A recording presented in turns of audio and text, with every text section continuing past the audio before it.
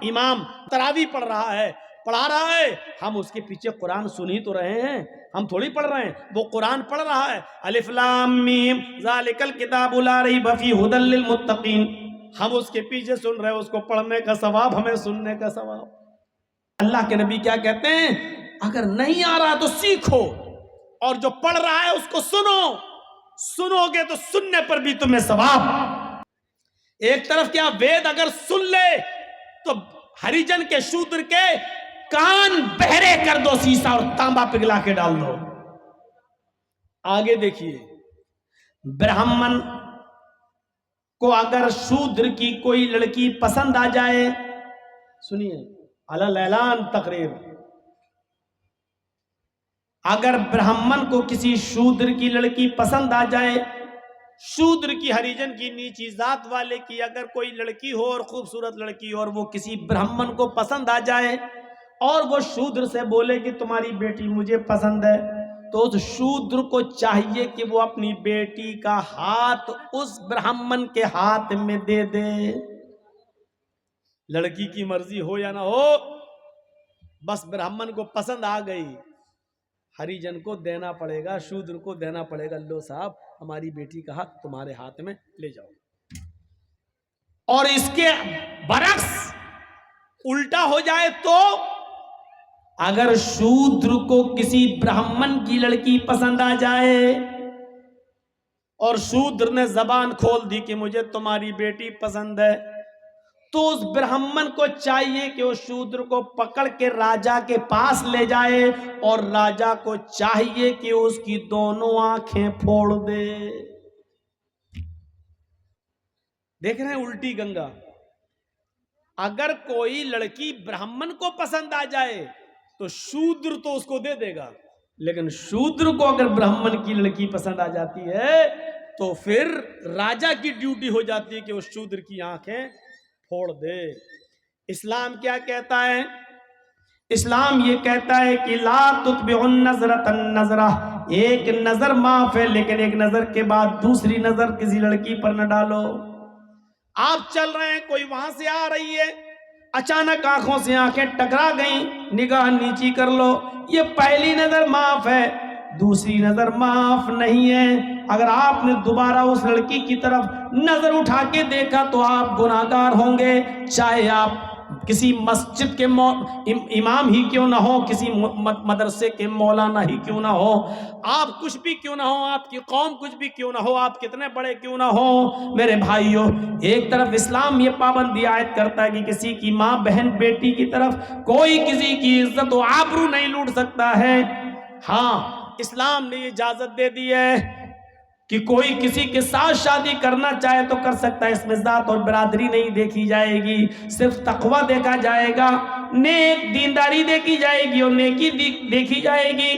لہٰذا ایک انصاری لڑکا کسی شیر شاہ آبادی لڑکی سے شادی کر سکتا ہے، کوئی شیر شاہ آبادی آدمی کسی انصاری لڑکی سے شادی کر سکتا ہے، کچھ نہیں ہے۔ مہاجرین نے جب ہجرت کی اور مکے سے جب مدینہ گئے تو اللہ کے رسول صلی اللہ علیہ وسلم نے مکے کے مہاجروں کی شادی مدینے کی انصار کی بیٹیوں سے اور انصار کی لڑکیوں سے آپ نے ان کا نکاح کروایا تھا۔ چھوت چھات اور ذات برادری کو مٹھا کر رکھ دیا اسلام نے۔ ہاں، رہی یہ بات کہ اگر برہمن کو کسی شودر کی لڑکی پسند آ جائے تو شودر کو چاہیے کہ اپنی لڑکی کا ہاتھ دے دے، لیکن اسلام یہ کہتا ہے یہ زبردستی یہاں نہیں چلے گی۔ اگر کسی کو کوئی لڑکی پسند ہے تو قاعدے کے مطابق وہ اپنے نکاح کا پیغام بھیجے، لڑکی سے لڑکی کا باپ پوچھے یا لڑکی کی ماں پوچھے کہ فلاں جگہ سے تمہارا رشتہ آیا ہے، بیٹی کیا تمہیں وہ لڑکا پسند ہے؟ میرے بھائی، اور اس لڑکی کو بتانا چاہیے پسند ہے تو ہاں، نہیں پسند ہے تو منع کر دے۔ لیکن لڑکی کی ناپسند ہونے کے باوجود دنیا کا کوئی باپ اپنی بیٹی کی شادی زبردستی کسی لڑکے کے ساتھ نہیں کرا سکتا ہے۔ اسلام نے اس بات کی اجازت نہیں دی ہے، منع کیا ہے۔ باپ کو معلوم ہے یہ لڑکا اچھا ہے، لیکن اگر بیٹی نہیں چاہتی ہے اس لڑکے کے ساتھ شادی کرنا تو باپ زبردستی اپنی بیٹی کی شادی اس لڑکے کے ساتھ نہیں کر سکتا۔ ایک عورت اللہ کے نبی کے پاس آئی اور کہتی ہے اللہ کے نبی میرے باپ نے، میرے ماں باپ نے میری شادی ایسی جگہ کر دی ہے جو لڑکا مجھے پسند نہیں ہے، تو اللہ کے نبی نے فرمایا تجھے اختیار ہے اس آدمی کے ساتھ رہو یا چھوڑ دو اسے، تمہیں اختیار ہے۔ اور اس عورت نے اس اختیار کا فائدہ اٹھاتے ہوئے اس آدمی کو چھوڑا، نہیں رہی اس کے پاس۔ اس لیے ماں باپ بھی ضد نہ کریں۔ اسی لیے جب نکاح ہوتا ہے نا، نکاح، تو آپ نے دیکھا ہوگا لڑکی والے کے ہاں جاتے ہیں کچھ لوگ، اب تو کچھ لوگ نہیں، اب تو بہت سے لوگ جانے لگے، جس کا نام ہو گیا بارات۔ نام رکھ لینے سے کسی چیز کی حیثیت تھوڑی بدل جاتی ہے۔ یہ 300-400 آدمی جو جا رہے ہیں، آپ اس کو بارات کہیے، میری نظر میں سب چور ہیں اور ڈاکو ہیں۔ کسی چیز، اب شراب کا نام دوا رکھ دو تو وہ دوا تھوڑی ہو جائے گی، شراب ہی رہے گی۔ پہلے زمانے میں جب شروع میں یہ بارات کی رسم کہاں سے نکلی ہے؟ یہ جو 300-400 آدمی ایک شہر سے دوسرے شہر جب شادی ہوتی تھی تو لڑکا اکیلا نہیں جاتا تھا، کیونکہ راستے میں قافلوں پر حملہ ہو جاتا تھا، ان کو لوٹ لیا جاتا تھا۔ اس لیے لڑکی کو حفاظت کے ساتھ اس لڑکے کے گھر پہ لایا جائے، اس لیے پہلے زمانے میں 100-150 آدمی لڑکی کے گھر جاتے تھے اور اس لڑکی کو خیریت سے لا کر اس لڑکے کے گھر پہنچا دیتے تھے، تاکہ راستے میں اس لڑکی کو کوئی لوٹ نہ لے، اس کے زیور کو کوئی لوٹ نہ لے، اس کے سامان کو کوئی لوٹ نہ لے۔ اور یہ نئی نویلی بیوی جو آ رہی ہے کہیں اس کو اپہرن نہ ہو جائے، اس لیے 100-150 آدمیوں کی بارات جاتی تھی۔ اس مقصد دوسرا تھا، وہیں سے یہ رسم نکلی۔ جب آپ چوری کا زمانہ ختم ہو گیا ہے، اب لوٹ پاٹ ایسی نہیں ہوتی ہے کہ راستے ہی میں دولہا اور دلہن کو پکڑ کے روک لیا جائے، لیکن وہی رسم و رواج ہندوؤں سے چلا آ رہا ہے اور یہ دھیرے دھیرے مسلمانوں کے اندر بھی سرایت کر گیا ہے۔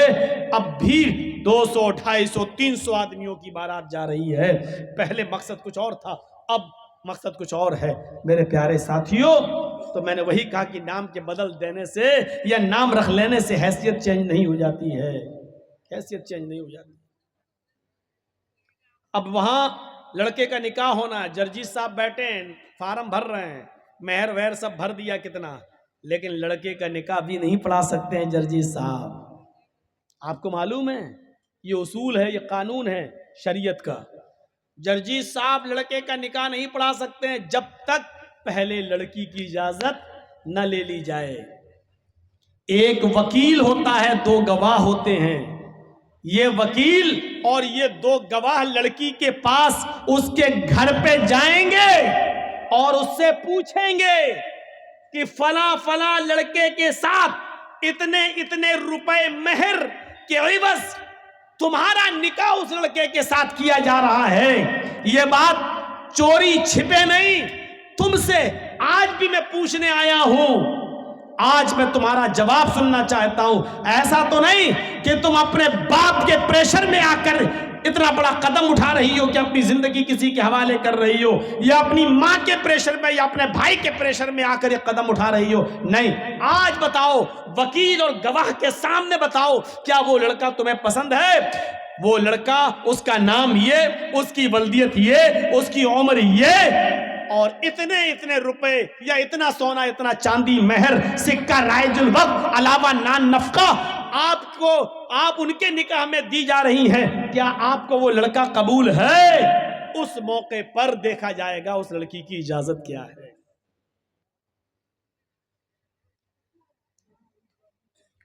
اللہ کے نبی فرماتے ہیں کہ اگر وہ خاموش رہ گئی، کنواری لڑکی، باکرہ لڑکی، اگر وہ خاموش رہ گئی تو یہی اس کی اجازت ہے۔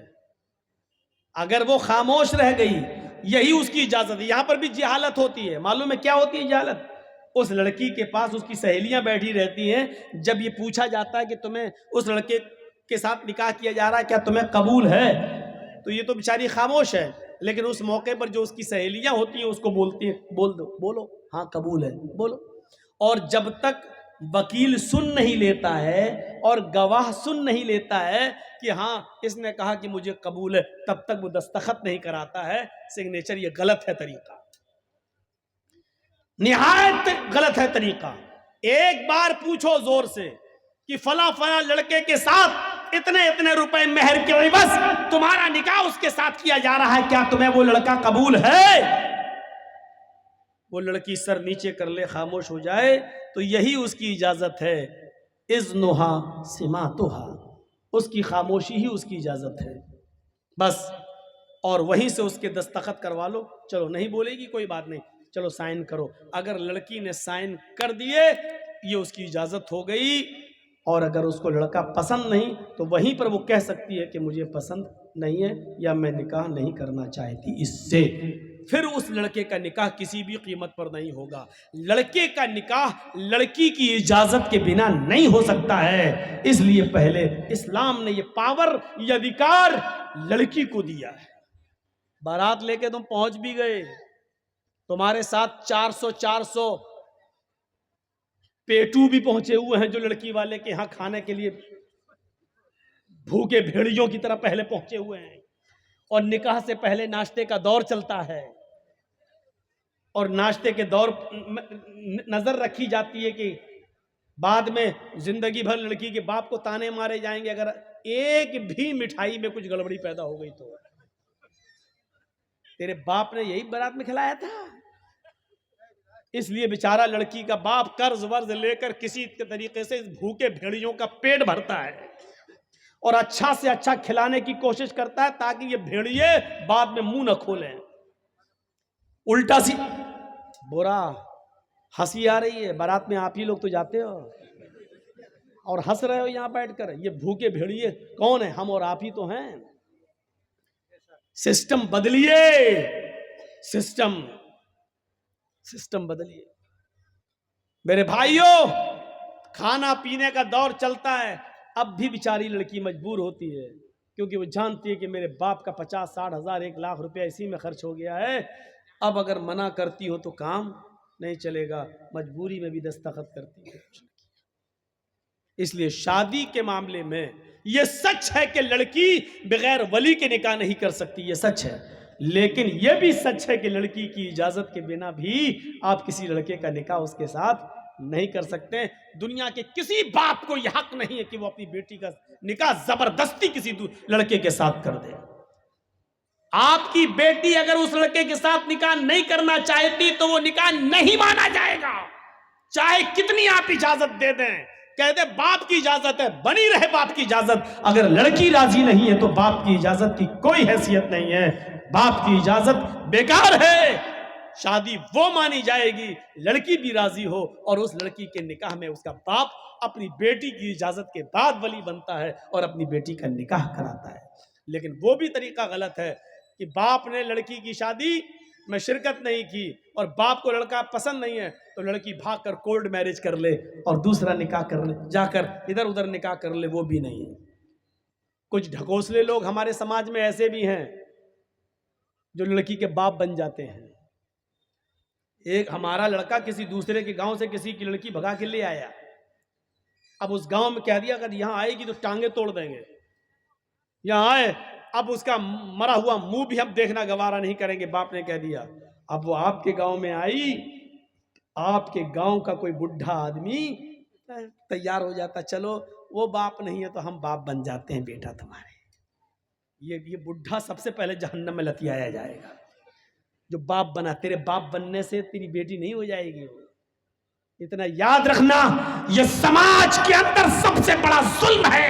اور لڑکیوں کو جو فرضی ماں باپ مل جاتے ہیں یہ حوصلے مل رہے ہیں، ان کو یہ حوصلے ملتے ہیں اس لیے وہ بھاگ جاتی ہیں گھر سے. ارے اس گاؤں میں جائیں گے تو فلاں کا باپ ہمارا باپ بن ہی جائے گا.